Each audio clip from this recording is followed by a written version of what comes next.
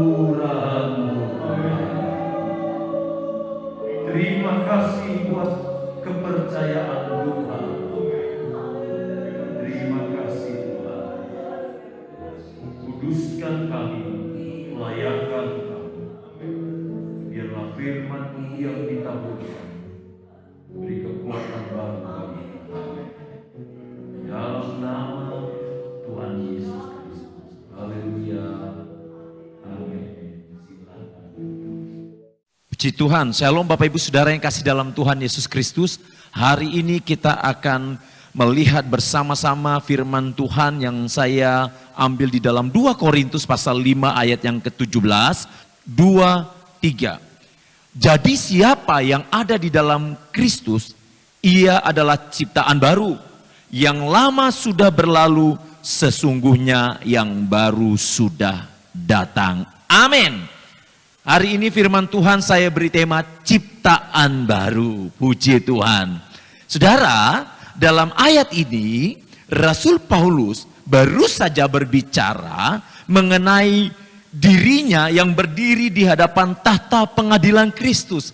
Kalau saudara membaca di dalam perikop ayat yang ke-11 sampai ayat yang ke-21 ini, saudara akan menemukan bagaimana Rasul Paulus menyampaikan hal-hal yang luar biasa berkaitan di dalam dirinya ketika dia melayani Tuhan, ketika dia melakukan yang terbaik untuk Tuhan. Dia sadar bahwa dia adalah orang yang berdosa sebelumnya. Dia sadar bahwa sebelumnya dia adalah orang yang belum mengenal Kristus. Tetapi ketika dia mengenal Kristus, dia tahu bahwa dia adalah orang-orang yang dimenangkan oleh Kristus dan dia menjadi seorang yang berada di dalam ciptaan yang baru. Dalam ayat ini juga saudara, di sini firman Tuhan mau menunjukkan kepada saya dan saudara bahwa sebelum kita mengenal dan bertemu dengan Yesus secara pribadi, kita adalah orang yang berdosa. Di dalam Roma pasal yang ketiga ayat yang ke-23, Roma pasal yang ketiga ayat 23, di sana dikatakan begini saudara. Karena semua orang telah berbuat dosa dan telah kehilangan kemuliaan Allah. Jelas sekali Roma 3 ayat 23 ini mau memberitahukan kepada saya dan saudara bahwa semua orang tidak terkecuali siapapun itu, tidak mengenal status sosial, apakah dia orang yang memiliki jabatan, apakah dia orang yang tidak memiliki jabatan, apakah dia orang yang kaya, apakah dia orang yang miskin, apakah dia orang yang pintar, orang yang berhikmat ataukah orang yang tidak berhikmat. Yang pasti firman Allah katakan bahwa semua orang telah berbuat dosa dan telah kehilangan kemuliaan Allah. Saudara, ketika manusia jatuh di dalam dosa, pada saat Adam dan Hawa melanggar perintah Tuhan, saudara tahu bahwa sejak saat itu hubungan antara manusia dengan Allah terputus. Ada sekat, ada yang membatasi hubungan antara manusia dengan Allah. Sehingga firman Tuhan katakan, kita semua adalah orang yang berdosa. Tetapi ketika kita percaya kepada Kristus yang datang ke dunia ini, yang menyelamatkan dunia ini, maka firman Allah katakan, kita menjadi ciptaan yang baru. Saat kita belum bertemu dengan Yesus secara pribadi, kebenaran kita adalah kebenaran yang semu, kebenaran yang palsu, kebenaran yang boleh saya katakan adalah kebenaran yang sia-sia. Saudara, sebagai pengikut Kristus, walaupun kita sudah percaya kepada Tuhan, walaupun kita sudah mengakui Dia sebagai Tuhan dan Juru Selamat kita, tetapi kalau kita tidak melakukan firman Tuhan, itu sama saja kita masih hidup dalam kehidupan kita yang lama. Sama saja kita tidak mengakui Yesus di dalam kehidupan kita. Yakobus pasal yang pertama ayat yang ke-22 berkata begini saudara. Tetapi hendaklah kamu menjadi pelaku firman dan bukan hanya pendengar saja. Perhatikan saudara. Tetapi hendaklah kamu menjadi pelaku firman. Menjadi pelaku firman. Ini tidak mudah saudara. Ini butuh usaha. Ini butuh kerja keras. Setiap hari kita akan bergumul dengan kehidupan yang akan membawa kita untuk mengingkari iman percaya kita kepada Kristus. Setiap hari kita akan diperhadapkan dengan hal-hal yang mungkin membuat kita gampang untuk melupakan segala kasih karunia Tuhan di dalam hidup kita. Tetapi firman Tuhan katakan, biarlah kita tetap menjadi pelaku firman. Biarlah kita selalu menjadi pelaku firman. Bukan hanya mendengar saja. Sebab apa firman Tuhan katakan? Sebab jika tidak demikian, kamu menipu diri sendiri. Dengan kata lain, firman Tuhan mau menunjukkan kepada saya dan saudara bahwa kita masuk dalam kategori sebagai seorang penipu. Namanya penipu saudara berarti sama dengan seorang pembohong. Atau sama dengan seorang yang berdusta. Dan kita tahu firman Tuhan katakan bahwa bapa dari segala dusta adalah iblis. Nah, bagaimana mungkin kita mengakui Yesus sebagai Tuhan dan Juru Selamat kita kalau dalam keseharian kita tidak melakukan firman Tuhan? Menjadi ciptaan yang baru saudara, berarti kita ikut di dalam apa yang Tuhan kehendaki. Kita mau melakukan apa yang Tuhan mau di dalam kehidupan kita. Kita lihat kata ciptaan di sini saudara, dalam bahasa aslinya, dalam bahasa Yunani memakai kata ktisis yang berarti penciptaan, ciptaan atau kekuasaan. Ya. Dan itu berarti kalau ciptaan baru, yang baru berarti kekuasaan yang baru.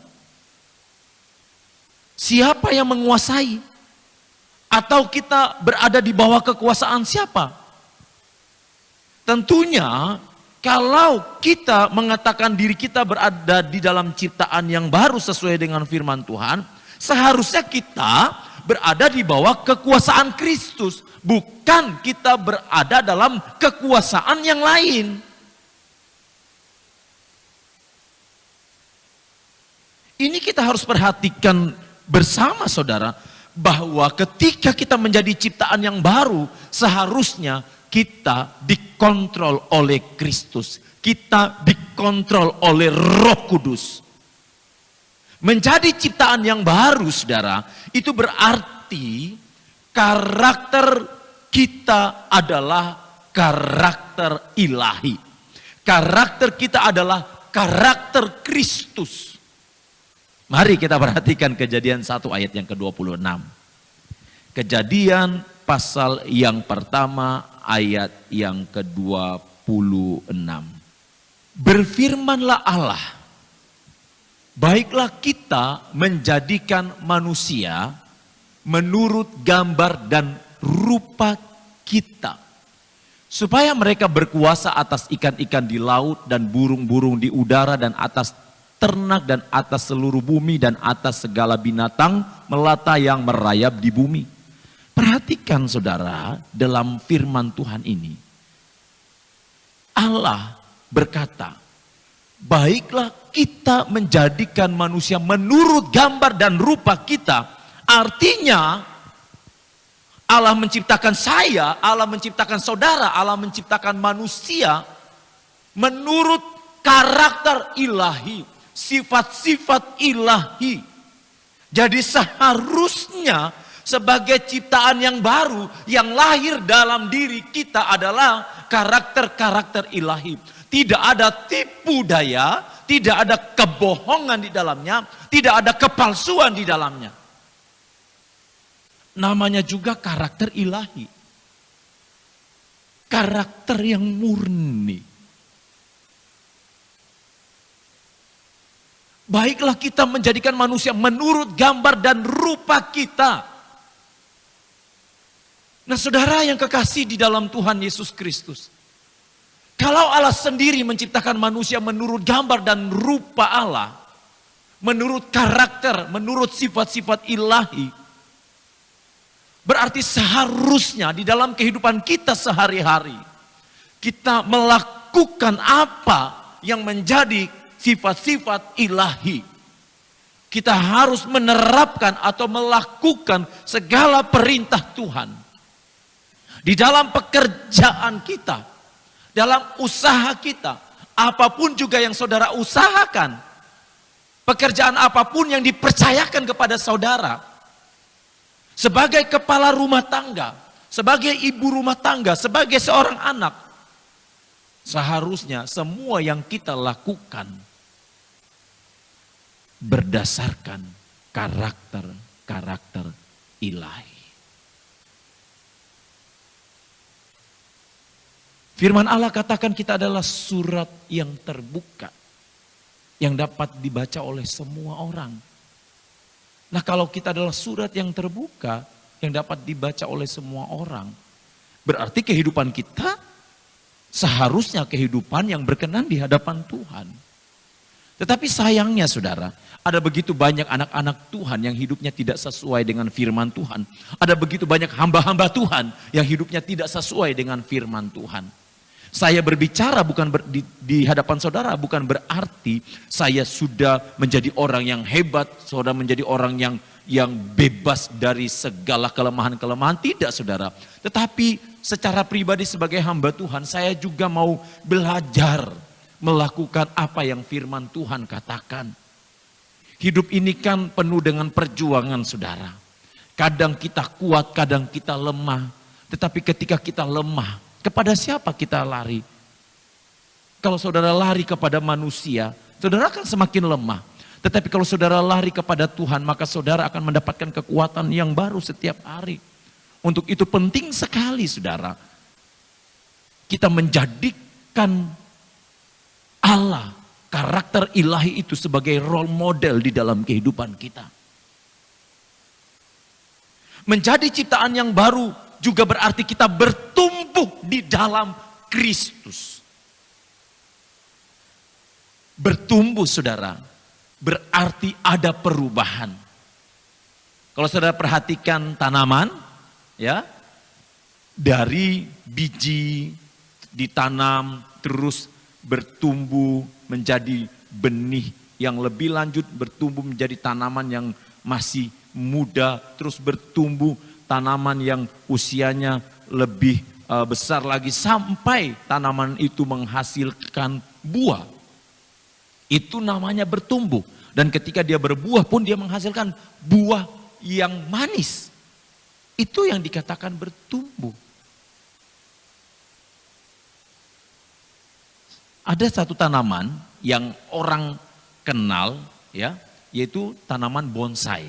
Tanaman bonsai ini saudara, dia biasanya ditaruh di dalam satu wadah. Sebenarnya tanaman ini tanaman yang bisa berumur lama, dan juga tanaman ini seharusnya ketika ditanam di tanah, ya, dia bisa bertumbuh dengan sangat besar. Contohnya pohon asam, ya, atau pohon beringin saudara.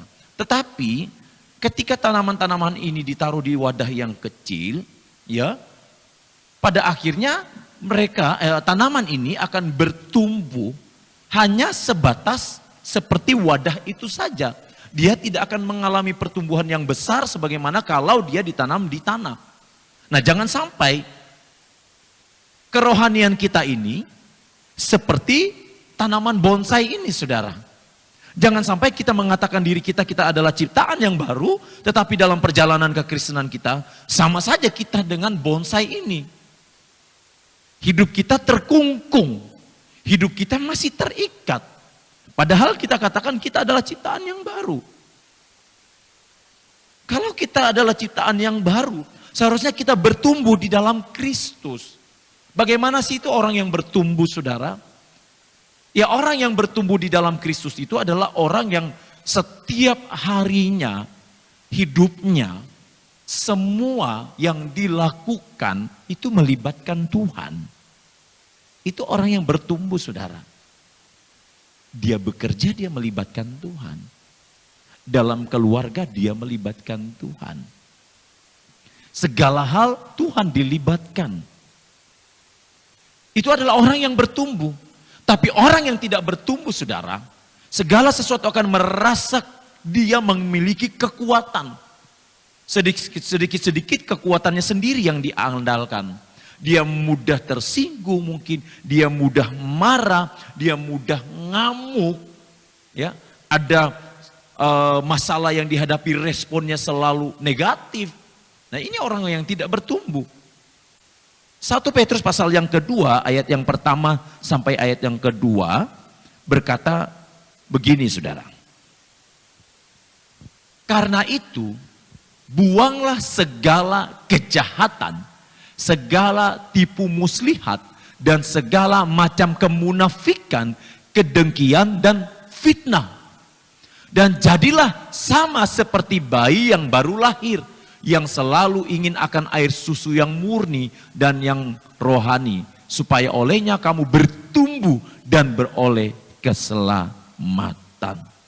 Buanglah semua kebencian, semua tipu daya. Jangan sampai, saudara, dalam bisnis kita, dalam membangun relasi, yang kita bangun adalah tipu daya. Tipu sana, tipu sini. Jangan sampai, saudara.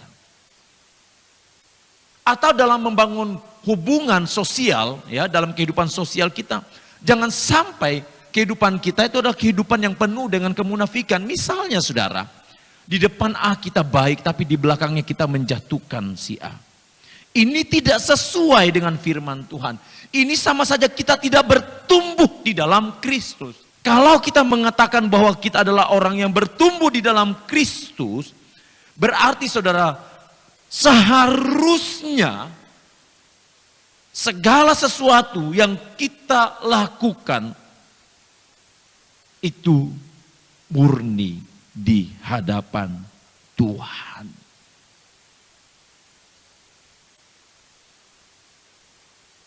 Menjadi ciptaan yang baru, saudara, selain kita bertumbuh di dalam Kristus, seharusnya kita juga menghasilkan buah.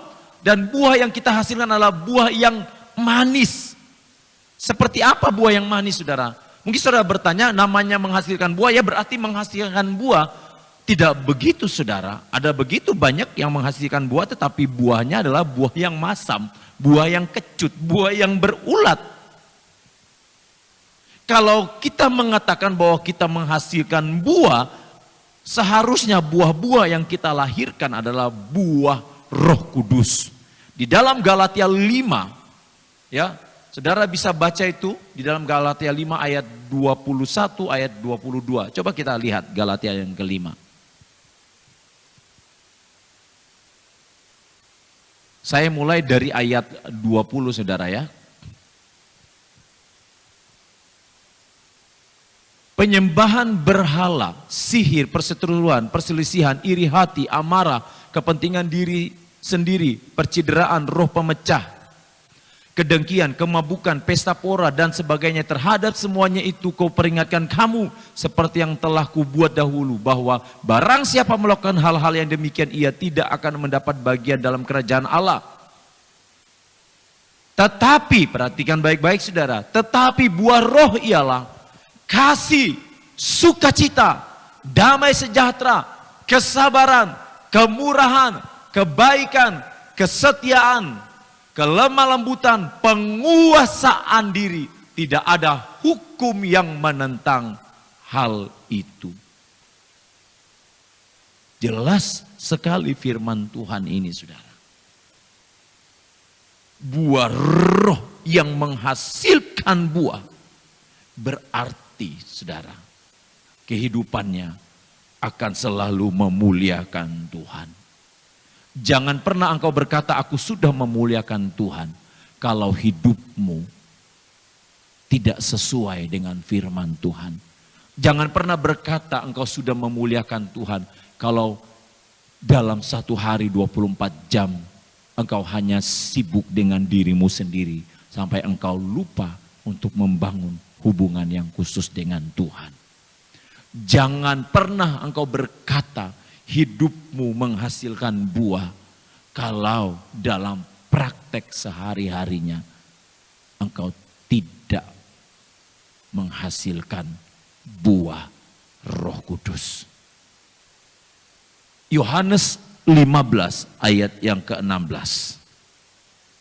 Firman Allah berkata, bukan kamu yang memilih aku, tetapi akulah yang memilih kamu, dan aku telah menetapkan kamu supaya kamu pergi dan menghasilkan buah, dan buahmu itu tetap, supaya apa yang kamu minta kepada Bapa dalam namaku diberikannya kepadamu. Perhatikan ayat ini. Supaya kamu pergi dan menghasilkan buah, dan buahmu itu tetap menghasilkan buah. Pada akhirnya Tuhan akan mencari umat-umat Tuhan yang hidupnya menghasilkan buah. Untuk itu saudara yang kasih dalam Tuhan Yesus Kristus, sebagai ciptaan yang baru, seharusnya hidup kita ini mengalami progres, perkembangan yang pesat di dalam Kristus. Kalau sampai kita mengalami penurunan yang tadinya kita menggebu-gebu di dalam Tuhan, setelah itu kita biasa-biasa saja, berarti ada yang keliru di dalam hidup kita. Kenapa kita bisa seperti itu? Seharusnya kita bisa mengoreksi diri kita. Kalau tadinya kita benar-benar begitu luar biasa dengan Tuhan, terus kita mengalami kemunduran, seharusnya kita mengoreksi diri kita. Apakah kita sudah benar-benar bertumbuh di dalam Kristus? Apakah kita sudah benar-benar menghasilkan buah seperti yang firman Tuhan katakan? Matius 7 ayat yang ke-17, firman Tuhan katakan, demikianlah setiap pohon yang baik menghasilkan buah yang baik. Amin, saudara. Sedangkan pohon yang tidak baik menghasilkan buah yang tidak baik. Saya dan saudara, kalau digambarkan oleh firman Tuhan ini, pohon yang mana? Pohon yang baik kah? Atau pohon yang tidak baik? Pohon yang tidak baik itu saya kasih contoh kepada saudara ya. Pohon yang, kalau dia pohon jambu atau pohon mangga, itu ada begitu banyak benalu di pohon itu. Dan saudara tahu kalau pohon itu banyak benalu, namanya benalu berarti tanaman pengganggu, namanya benalu berarti tumbuhan yang menempel kepada tumbuhan induk, di mana dia mengambil makanan dari pohon induk itu. Sehingga buah yang dihasilkan, kalau dia enggak berbuah, dia berbuah tapi buahnya kebanyakan busuk, saudara. Itu pohon yang tidak baik. Tapi kalau pohon yang baik, dia enggak ada benalunya, saudara. Buah-buah yang dihasilkan pasti buah-buah yang manis, bukan buah-buah yang kecut. Coba kalau saudara belanja ke pasar, atau saudara pergi di supermarket mencari buah, pasti saudara akan mencari buah yang manis kan? Masa saudara mencari buah yang kecut? Kan gak mungkin saudara mencari buah yang asam. Pasti saudara akan mencari buah yang manis. Itu saya dan saudara loh. Apalagi Tuhan kita. Dia akan selalu mencari umatnya yang menghasilkan buah yang manis. Saudara, ciptaan yang baru seharusnya menghasilkan hal-hal yang manis di dalam Kristus. Saya percaya saudara menghasilkan hal-hal yang manis dalam Kristus. Amin, saudara. Puji Tuhan. Siapa yang ada di dalam Kristus ini menjadi pertanyaan yang saya dan saudara jawab secara pribadi. Karena yang tahu kita sendiri dengan Tuhan. Apakah saya ini ada di dalam Kristus atau tidak? Tetapi saya mengajak saudara melihat firman Tuhan dalam Roma pasal 8 ayat yang ke-29. Roma pasal 8 ayat yang ke-29. Yang ada di dalam Kristus itu adalah mereka yang dipilih oleh Allah untuk memuliakan Allah. Sebab semua orang yang dipilihnya dari semula, mereka juga ditentukannya dari semula untuk menjadi serupa. Sekali lagi, menjadi serupa dengan gambaran anaknya. Supaya anaknya itu menjadi yang sulung di antara banyak saudara. Siapa yang di dalam Kristus? Yaitu mereka yang dipilih oleh Allah. Saya dan saudara dipilih oleh Allah untuk memuliakan Allah. Sekali lagi, saya dan saudara dipilih oleh Allah untuk memuliakan Allah. Bukan untuk memuliakan diri sendiri. Bukan untuk memuliakan orang lain. Ini adalah orang yang ada di dalam Kristus. Yang ada di dalam Kristus juga adalah orang yang percaya kepada Allah. Bukan sekedar percaya. Kalau sekedar percaya, iblis pun percaya siapa Yesus. Iblis tahu siapa Yesus. Tetapi saudara, percaya kepada Allah ini berarti segenap kehidupan kita dikontrol oleh Roh Kudus.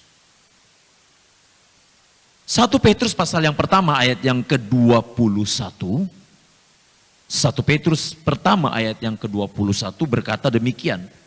Oleh dialah kamu percaya kepada Allah yang telah membangkitkan dia dari antara orang mati dan yang telah memuliakannya sehingga imanmu dan pengharapanmu tertuju kepada Allah.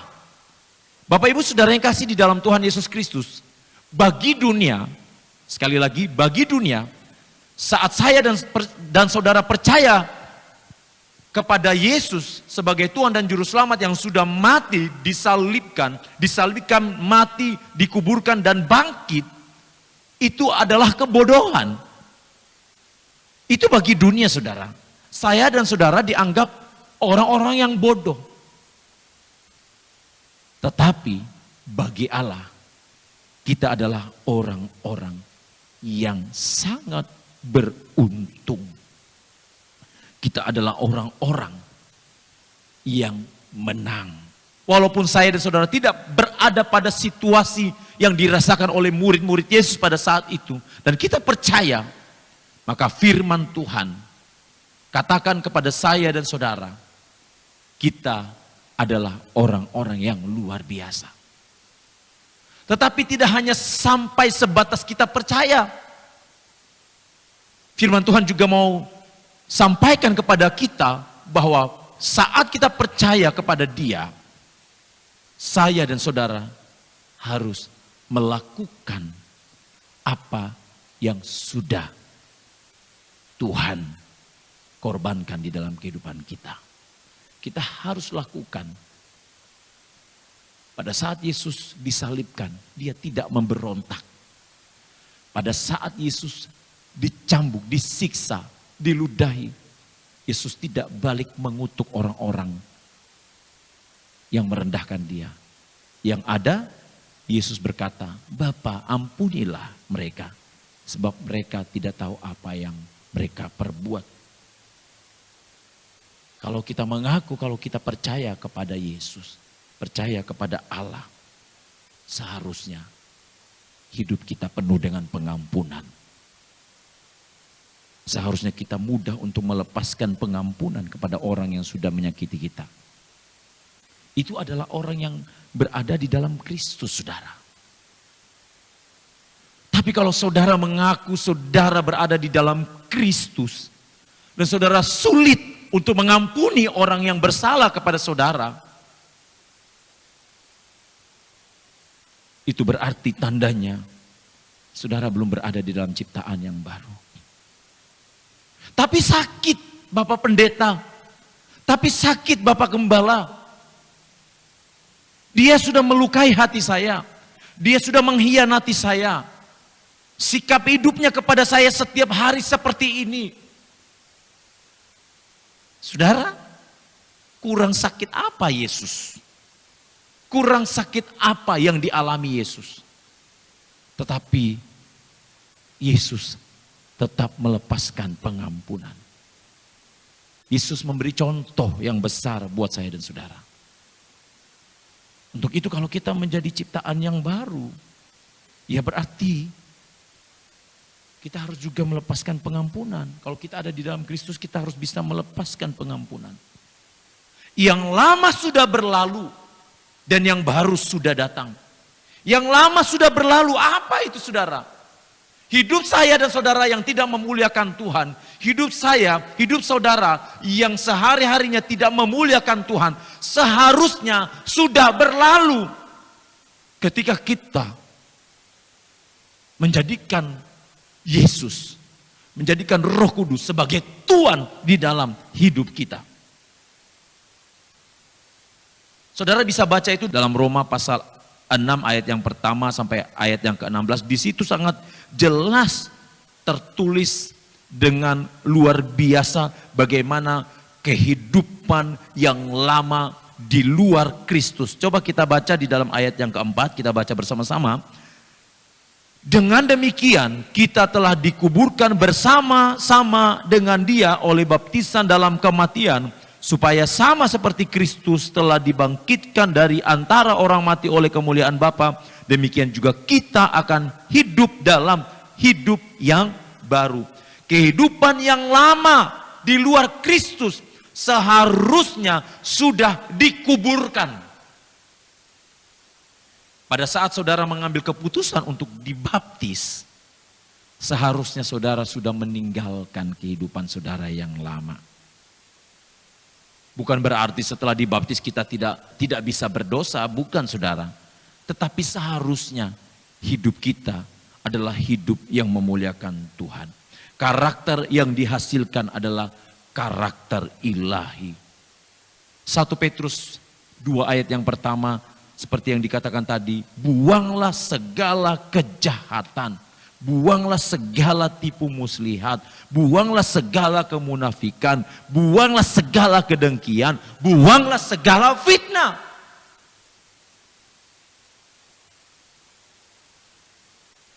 Kalau saudara masih mempertahankan sifat-sifat ini, jangan salah kalau orang tetap melakukan itu kepada saudara. Kalau kita suka memfitnah orang, jangan salah kalau orang sewaktu-waktu juga memfitnah kita. Jangan salahkan. Kalau kita munafik di hadapan orang, jangan salahkan kalau orang juga munafik di hadapan kita. Sebab kita masih mempertahankan. Firman Tuhan katakan, buang semuanya itu. Hei, yang lama sudah berlalu. Saudara harus berkata kepada diri sendiri, aku adalah ciptaan yang baru. Aku adalah pengikut Yesus yang setia. Yang baru sudah datang di dalam kehidupanku. Karakter-karakter ilahi yang baru ada di dalamku.